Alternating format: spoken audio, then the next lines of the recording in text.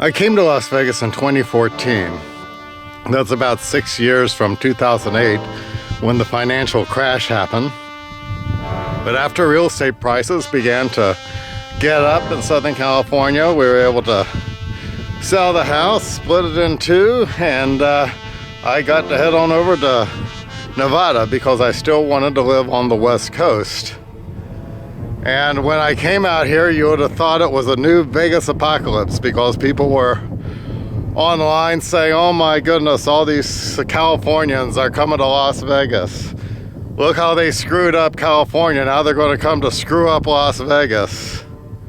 And so that's kind of what we had to put up with. Although I realized in my early work at Las Vegas, when I worked as a tour guide for companies like Big Bus and Casa de Shenandoah, that Las Vegas basically is a colony of Hollywood.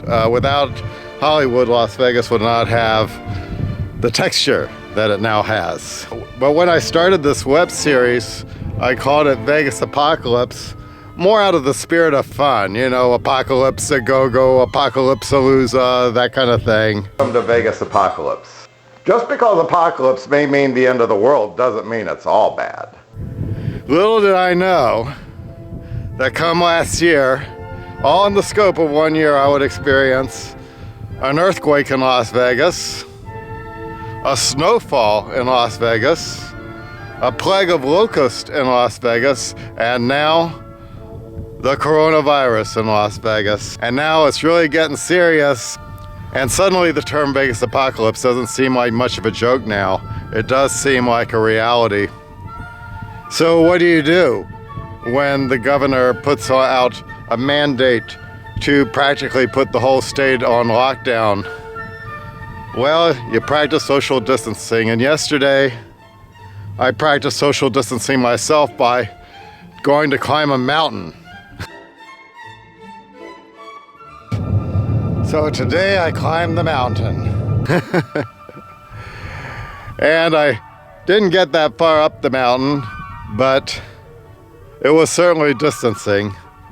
Of course, one of the reasons I'm up here is Las Vegas, as is the rest of the country and the world, in the throes of the coronavirus.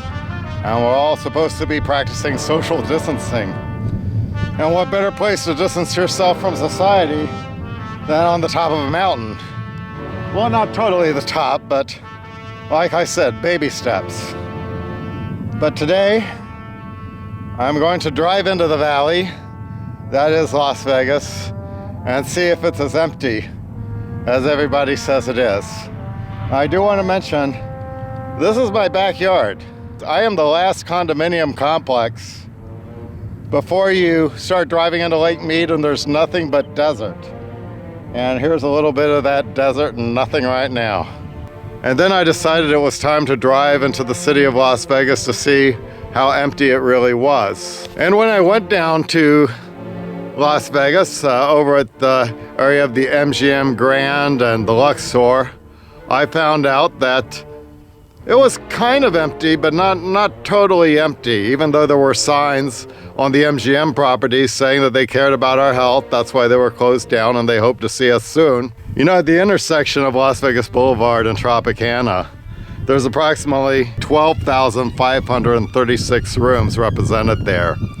Most of them are closed down. It wouldn't surprise me if by tonight all of them are closed down. When you got closer to Fremont Street, the real Las Vegas, it was about as crowded as Las Vegas on Christmas Day. You can tell it looks pretty empty here, but interesting that when I was shooting the closed sign of the Bomb Museum, security came up and rushed me away like I was photographing the federal building.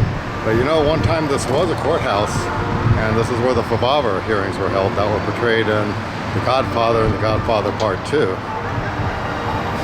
You'd almost think something illegal was going on in there, the way they rushed me off from the Mob Museum from videotaping the closed sign. This is Hogs and Heifers, kind of a Coyote Ugly type of place where the women bartenders dance on the bars, and as you can see, they are also closed for the coronavirus. But there were some places, responsible places like Hogs and Heifers, a place that's received a lot of grief, but they were closed because of the coronavirus, while most of the other places down there were open. There are still tourists out there, but there aren't a lot, and there were street performers and people were getting close.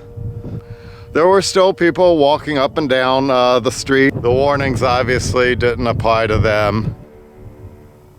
And it just kind of on me how real it was until I come home and found an email that said my company has to close for 20 days because they're not an essential service. So now I'm practicing social distancing myself in between doing whatever I need to do to score some extra money between now and then. But there's no doubt that Las Vegas is certainly in the throes of change. However, it does make you wonder, how in the world will we pull out of this? As of this taping, there have been 42 corona cases in Las Vegas. And as of this taping, only 1 death. So let's just brace ourselves. And if we see the numbers go down in a few weeks, then maybe things have been successful and we can come out and start living life as normal. But if this continues for more than a few weeks and a few months, that's going to hurt the country. And we're going to need some serious change. And I don't think how we're living right now is the best way to adapt to the change. We certainly are in a Vegas apocalypse. And certainly not in the fun kind that I envisioned when I originally started this web series. But we'll keep the cameras turned on. And you know, you see that saying, Vegas strong, all over the place, that occurred after the mass shooting. A slogan that came a little too fast in my opinion, but that was a slogan. And now we get to see how much truth there is to that slogan. Is Vegas really strong? We will find out. And I will keep the cameras rolling. And let's see what we can do to come through this. This is Dwayne Walker, experiencing another day at the Vegas apocalypse.